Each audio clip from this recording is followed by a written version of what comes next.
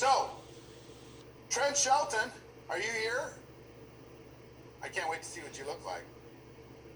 See, I told you had a hat. Ha ha. Unmute that guy. How you doing, buddy? Doing great, Eric. How you doing, man? Great to see you. I love your hat. Thank you. We were just up in Vail, Colorado, which was amazing and spectacular. So I got this hat just thinking about you. Man, I appreciate it. It warms my heart, man. So you've been helping people achieve transformation for how many years now? It's been a decade. So I started in 2010. So a little bit over a decade. And is there anything more fulfilling than helping somebody have a transformation? Absolutely not. You know, I tell people all the time, I've been able to play in stadiums of 100,000 people, score touchdowns, and everybody screaming your name. And still nothing more fulfilling than somebody, inboxing you saying, hey, your story or your video, helped change my life, helped me to be a better mother, better father. Nothing compares to that. So it's the greatest thing ever. I love it. Well, I'm going to give you the floor, and you can bring the heat, show them what you got. Actually, more than that, show them what they have. Absolutely. Help them have that breakthrough, help them dominate those fears, and help them take total control of their lives. So, Trent, the floor is yours. Thank you, Eric. I appreciate you, man. I want to first of all shout out Eric for who he is. I got time to spend time with him and his family, after the GoPro event. And it's just incredible to be around good energy and good people. And just to see a person, be who they are, who they say they are, it's just incredible. And it's rare these days. It sucks to say that, but it is rare these days. So Eric is definitely a legendary person, man. And I'm glad you guys are here.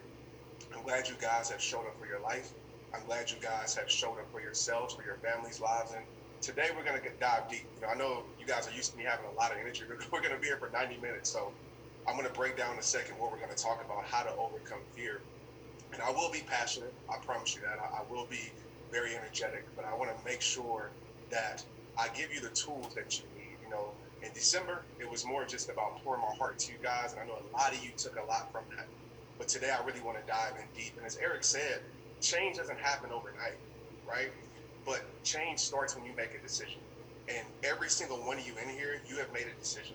You have made a decision to better your life, to start your business, to become a better leader, to become a better mentor, to become a better person, to become a better entrepreneur. Whatever title you want to give yourself, you have made a decision. And just realize making that decision puts you ahead of a lot of people. Because a lot of people talk about it.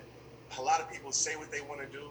These days, a lot of people post about it, but most people don't take action. And my friends, that makes you a rare breed. It makes you a person that says, you know what? I'm just not going to talk about the things I want to change. I'm actually going to put in the work to actually change these things. So I want to salute all of you in here. Heidi, I see you.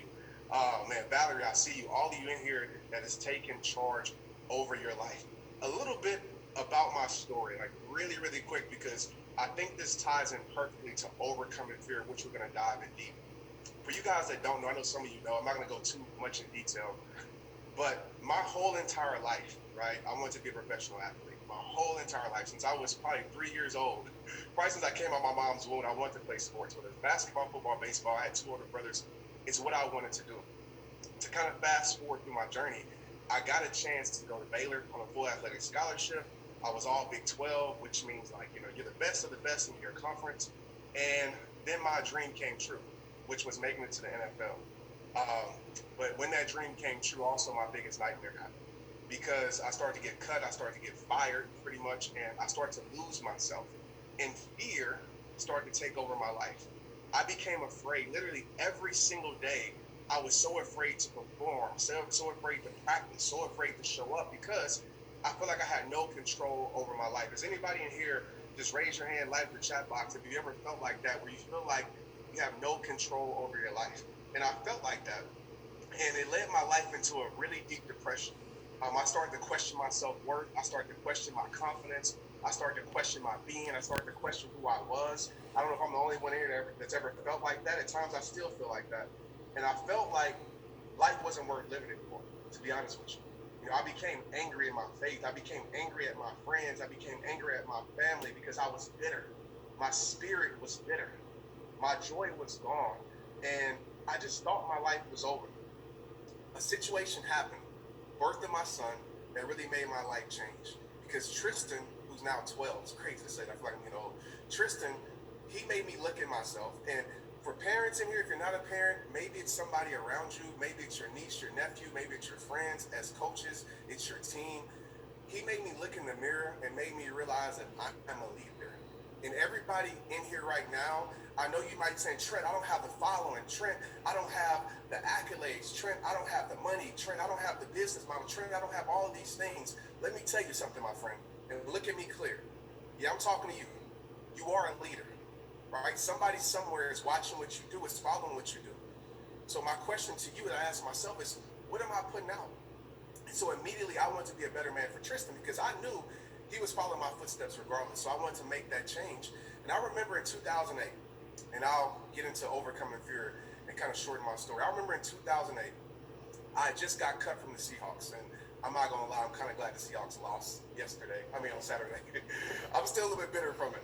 But I got cut from the Seahawks. And it was a depressing time in my life because at that point, I was going from city to city, back and forth, and I didn't know what I wanted to do. I remember being in my parents' house, in my room, asking myself this question, is my life over?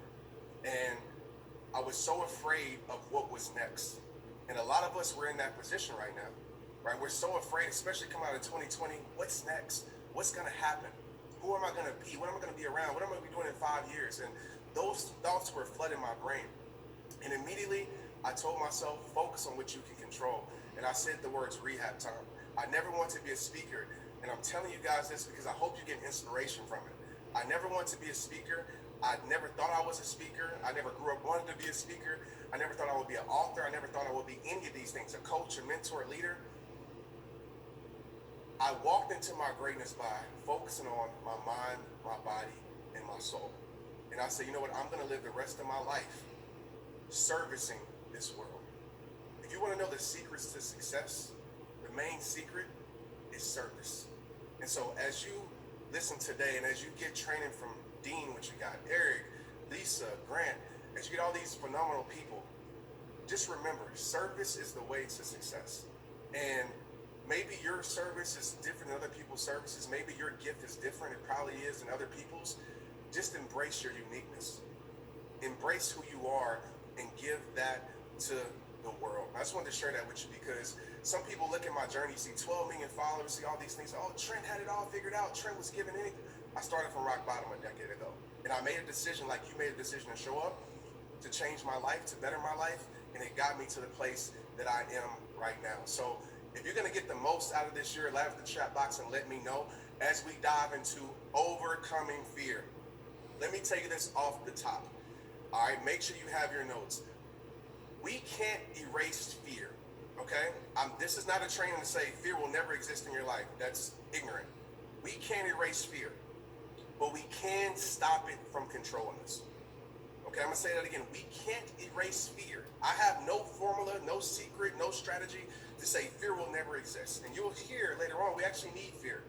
We can't erase fear, but we can stop it from controlling us. In these next 60 minutes, so I want to save about 30 minutes for Q&A if I can. In these next 60 minutes, we're going to cover understanding fear. Because I really want you to understand what fear is. Where does fear come from?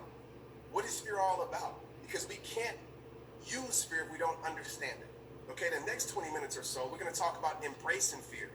How to actually move towards it, how to lean into it, how to use fear and not let fear use us.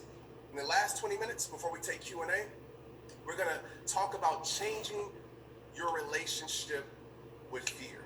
And I want to start this off with understanding fear. I want to start off with a story on how I started to understand what fear was all about. So a quick funny story. I'll try to make it short. I don't want to spend 30 minutes on a story. But so it was my birthday. I believe it was I'm 36, so it had to be like my 32nd birthday or something like that.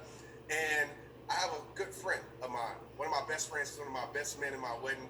And he asked me, he's like, what do you want for your birthday, Trent?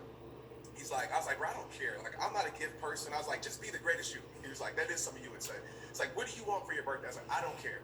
It's like, give me whatever. He's like, whatever. I said, give me whatever. I don't care, bro. I'm not about that. I appreciate who you are in my life. That's the greatest gift. said, all right, I got you. So he comes back. He told me this probably like 2 months earlier. He comes back on my birthday, September 21st, and he said, check your email. I said, all right, cool. So I checked my email, and I thought this was spam. I checked my email. It's this certificate to go skydiving, right? So I'm thinking, oh, it's just like somebody running an ad or something like that, because I for sure ain't going, nobody skydiving. Nah, no way. I had a fear of heights. So you think I'm about to get in the plane and jump out of the plane? Absolutely not. So I look at it and say, bro, I don't see nothing in the email. He says, no, look again. There's something in the email. There's a certificate that I purchased from Groupon for skydiving. And I said, oh, yeah, I seen that. What's that for? He was like,